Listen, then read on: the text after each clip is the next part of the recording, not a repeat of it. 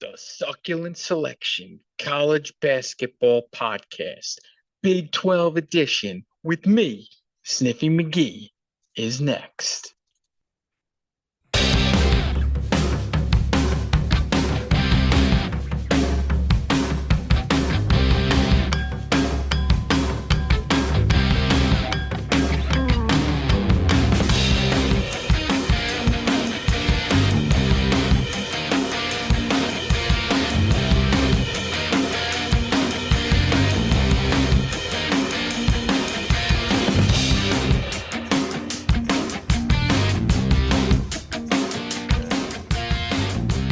Welcome, motherfuckers. What's going on? We are only 2 days to the start of the college basketball season, and I am getting a stiffy in my pants right now. I don't know about you guys. Succulent Selection Show, Sniffy McGee here. YouTube.com/@ Succulent Selection Show. You can follow me on X at the Sniffy McGee. I will be putting out my picks every single day, along with the man that we've partnered up with, the Booge, who will be also on X at Ride the Booge. That's BOOJ. He is the man that's going to be making the picks, and we will be following them, and we will be talking about his picks, winners, losers, everything, 3 or 4 nights a week, starting the first show on Tuesday, recapping his Monday's selections along with mine. We also have a possibility of the keeper putting it in his chalk man picks. That man loves chalk. And unfortunately, the keeper has not showed up today. He is usually a mainstay on Saturday nights, but he has decided to go to AC. Can't blame him. But when you miss a Succulent Selection podcast show, we got to roast you. I now have you under contract until you start recording Social Security checks. So you're back on the contract probably another 15 years or so. So we're going to talk about the Big 12 today. Last year, the Big 12 got 7 teams into the NCAA tournament. We'll see how they do this year. But I'm going to do it as usual in tiers. 4 tiers. Tier 4, teams that will not make the NCAA tournament. Tier number 3, which will be teams that probably won't make the NCAA tournament. Tier 2 are teams that should make the NCAA tournament. And then Tier 1 are the surefire NCAA tournament teams that could be competing for the Big 12 title. So let's just jump right into it with the first team on my list, Tier 4, Utah. Last year they went 8-12, and now they have a new coach, Alex Jensen. Utah seems to be following the model that BYU did last year with their Kevin Young hiring by bringing in a former NBA guy to coach. They are picked 13th in the coaches poll. I guess it could be even worse than that. I could see them being 15th, even 16th. This team below them could be the team that keeps them out of the basement, and that is Arizona State. Bobby Hurley's fighting Arizona State Sun Devils. 4-16 last year. This has to be Bobby Hurley's last year. He's last year under contract. Somehow he has survived there over a decade with only some first 4 wins to show for it. The man has, I think, 2 first 4 wins. That's about it. Something like that. The move from the Pac-12 to the Big 12 just has been too steep, and start the farewell tour now. Mo Odom and Marcus Adam Jr. will be trying to save his job. I don't think they will be able to. I don't think anyone can. I think Bobby Hurley is already starting to pack his stuff up. Takes us to the next team on the list in Tier 4. UCF Golden Knights under Johnny Dawkins last year went 7-13. This year they got Riley Kugelin and Devin Cambridge. Last year it was a team of absolute felons with Mikey Williams on the team. They fought early in the season and were even in the first couple bubble talks that came out in like January. They were actually there. I saw them posted a couple times. This year I do not think they will be in any of the bubble talks. Bottom third of this conference for me. Next is Tad Boyle and the Colorado Buffaloes. Last year going 3-17. This year they have Barrington Hargis and one of my favorite names, Bangot Doc. Probably not saying that right. Sounds like Bangkok.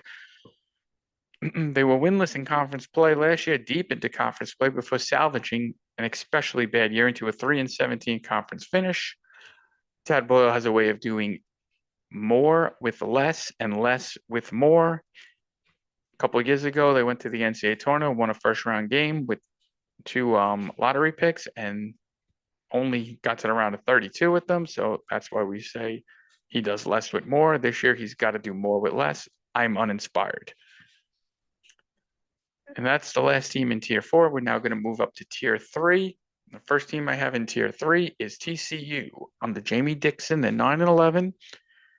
Xavier Edwin, Xavier Edmonds, Micah Robinson, and Jaden Pierre Brock Hording should all lead this team. I don't know if they have enough to get to the dance. We'll have to see. I don't really have much to say about them. We'll just have to wait and see what Jamie Dixon can get out of this squad. Tier three is a team that could surprise this year. Getting a lot of hype as a surprise team, Oklahoma State. Last year they went 7-13 under Steve Lutz. They could be the surprise of this conference. I could potentially see a scenario where they get double-digit conference wins. Is 10-10 in a scenario? It's possible. Anthony Roy is coming over from Green Bay. He seems to be a problem issue. He was also on that New Mexico State team that didn't even finish the season with the hazing and everything. Doug Gottlieb last year with Green Bay, did he quit or did Gottlieb force him out? Don't know.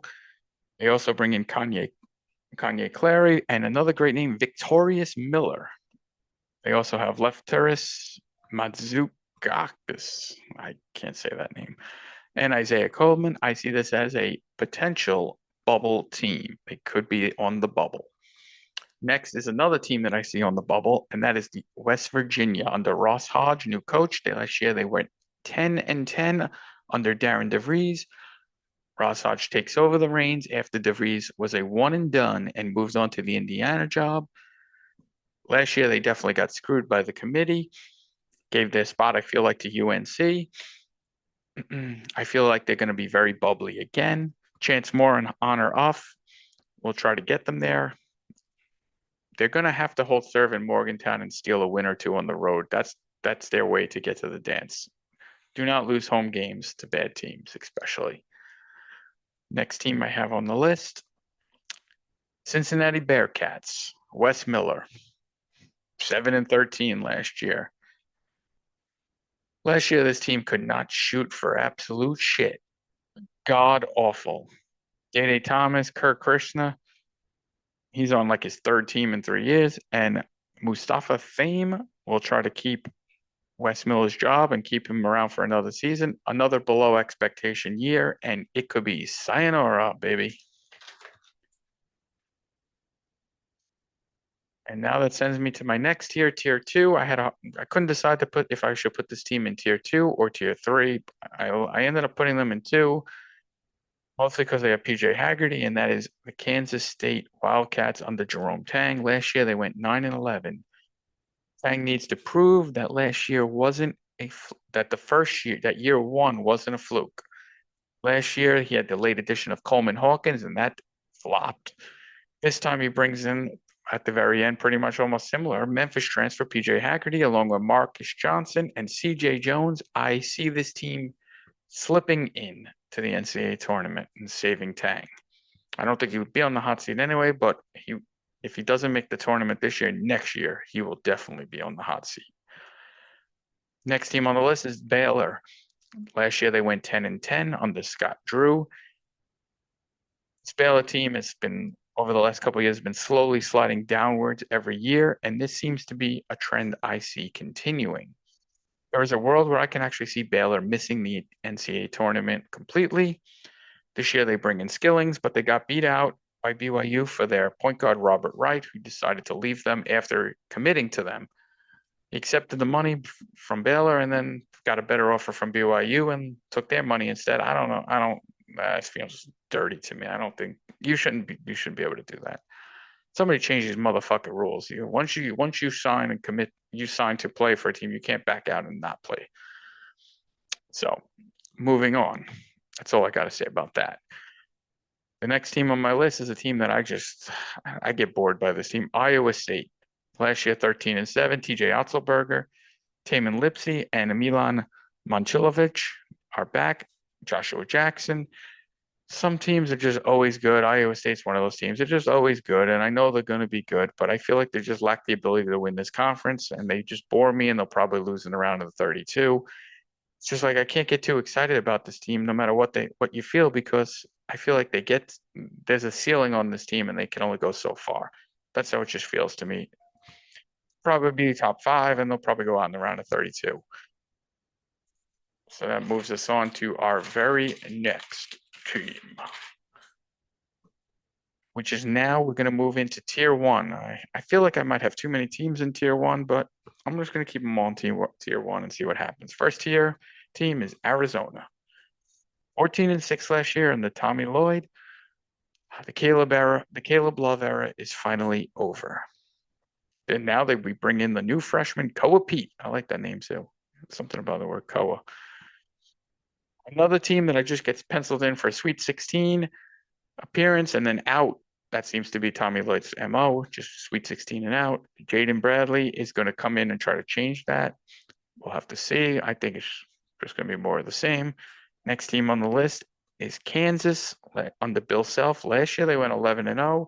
Thank God the Hunter Dickinson era is over as well. I wonder if Bill Self might be the most happy about that. He might be at church thanking everybody and their mother. Freshman sensation this year, Darren Peterson comes in. He might be being asked to do too much too soon as a freshman. Is Hunter Dickinson to be blamed for the last two underwhelming years? Or is Bill Self's health problem? We're going to find out. Can Peterson lead them? He's going to have to be off the charts to get this team high up in the Big 12 standings. Next team on the list is BYU. Under Kevin Young, they went 14-6 last year. They were a top 10 team the last 2 months of the season. Sweet 16 appearance, lost to Alabama after letting them just shoot 3-pointers like if it was nothing in the Sweet 16. Now they bring in freshman sensation A.J. DeBanza, the number one prospect. He is also the potential number one pick in the draft, along with like Peterson that we just talked about and Cameron Boozer from Duke. They also are returning Richie Saunders, and as we talked about before, they plucked from Baylor point guard Robert Wright. Dawson Baker also returns for them. My only concern is that DeBanza won't be able to play without the ball. Robert Wright should be the main ball handler, and DeBanza is used to just having the ball in his hands to make the plays. So we'll have to see if this will be an issue, and that is the main reason I don't have them higher up. I don't have them higher up because I think that will come to be a problem. I have them finishing third. The next team is Grant McCaslin's Texas Tech, 15-5.